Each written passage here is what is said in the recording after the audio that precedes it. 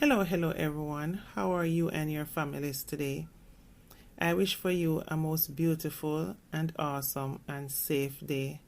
Hope you get something to smile about today despite whatever is going on in your life. So guys, finally they have caught up with the ex-boyfriend of burn victim Alecia King, Antwone Gray. He was captured by police in Central Village, St. Catherine, in a joint operation involving the St. Andrew South, Linstead, and Central Village Police. The 18-year-old was held along with a woman who it was reported that she was harboring Gray at her home. His victim, Alecia King, was only 17 at the time when he doused her with gasoline and set her on fire while she slept at a relative's house in Redwood, St. Catherine last August. Interestingly, Gray's arrest came a day after Alecia King returned home to Jamaica following an intensive life-saving surgery in the United States. At the time of the attack, Alecia King was awaiting her Caribbean secondary education certificate result.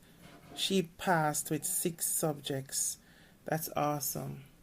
This case is such a very sad case, as this young lady has been having a traumatic life even before this incident happened. Her surgery has been described as a miracle because after surgery in a Texas hospital in the United States, she began bleeding uncontrollably after the surgery. The doctors then gave her 3 hours to live based on the extremity of what was happening. But, and our man say, is what God say. And somehow, it seems God has a plan for this young lady, as she has managed to beat all odds and came through this smiling. We may never know, but her deceased mother and father that had gone on years before may have been rooting for her not to join them just yet. Those who believe in the afterlife will understand what I just said.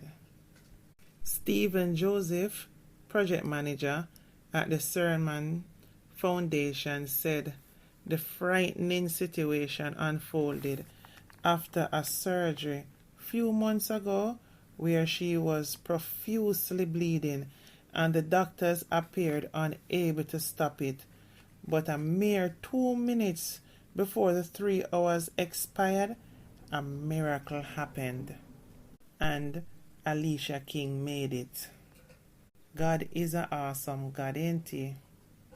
King's stepmother, who she grew up with after the death of her parents, and who also is family to Antwone Gray, the person that doused her with the gasoline and set her on fire. It's alleged that she is his aunt. This is one of them cases of entanglement. However, Mendez, her stepmother, was by her side overseas. She recalls the traumatic experience. Sharing the ordeal took 6 months of treatment, and it was very stressful.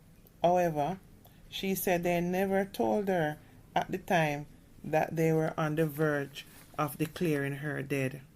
They told her after, but expressed that there was moments when she was worried why the surgery was so long, and when she came back, she was bleeding. The bed was wet. However, they continued to give her blood. When King was to give her speech, she just broke out into singing For Your Glory by Tasha Cobbs. In the meantime, Antwone Gray was listed as a person of interest by the police. However, Senior Superintendent of Police Stephanie Lindsay The head of the Jamaica Constabulary Forces Corporate Communication Unit said one of the sad things about this case is that he's getting the protection of his immediate family and the community members, as all involved are from the same community, and might I add, they are also families. The SSP continued by saying, even if it's someone we love, it is important for justice for Alecia King because she was wronged. So finally, Antwone Gray was captured by a team led by DSP Marcia Blake on the 20th of February 2024. That was Tuesday.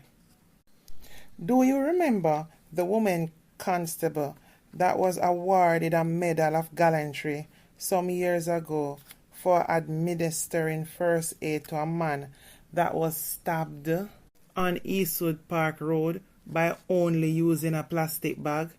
Guys, do you remember her? Well, she is now DSP Marcia Blake, and she was in charge of this operation that captured Gray. Now, personally, the thing that troubles me the most about this case, yes, I'm glad to know that she survived such a terrible ordeal that was really life-threatening. It was touch and go. It could have gone anyway.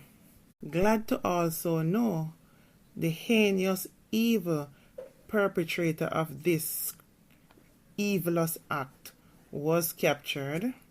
Now, my main problem is she is going to go back into the same community that she is an alien to, as most of them are families to the boy that did this heinous act, including her stepmother. He used to call her aunt. As remember, her stepmother was connected to her father. They were in a relationship. So after he had passed on, Mendez took the role of being her stepmother and looking after her because her mother had passed on as well. So Alecia King has lost both of her parents at a very early stage in her life, and there was absolutely no one else to take her. And since from a younger age she used to go spend time with her stepfather and Mendez, she was most familiar with them. It is an awesome gesture, and it takes a big heart and a good person to take on someone's child, to grow them as your own, and we do appreciate that. So Mendez did a good job by taking in Alecia King, but with the complication of Mendez's nephew Gray and Alecia getting involved and it ending up this way, this outcome affects everyone. And it's definitely a surety that he's going to go to prison. There is going to be conflict of interest. Worse, they were all hiding him from the police. The victim is going to be the one in problem. When he is finally sentenced to prison, there are going to be bad vibes surrounding Alecia King because she'll be living in their space, and basically it's like his family adopted her into it. So say the vibes is not going to be normal.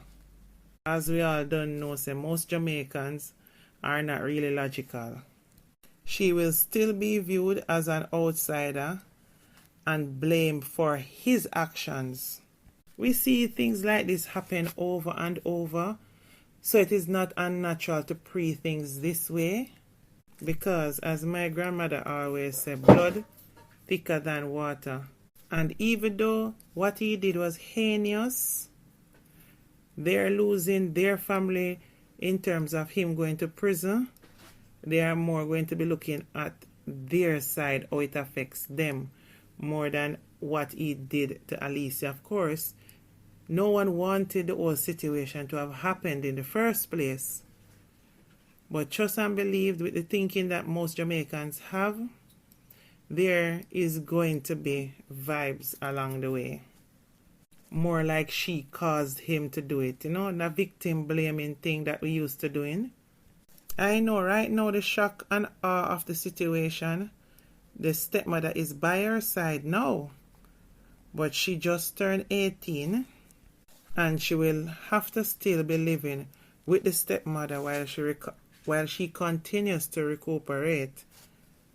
So there bounds to be conflict within the family and community to deal with. I wish for her if we were in some other country where she could get a place and don't have to go back around them. But the only thing we can do right now is pray God guidance over her life as she navigate life without having real families in her life.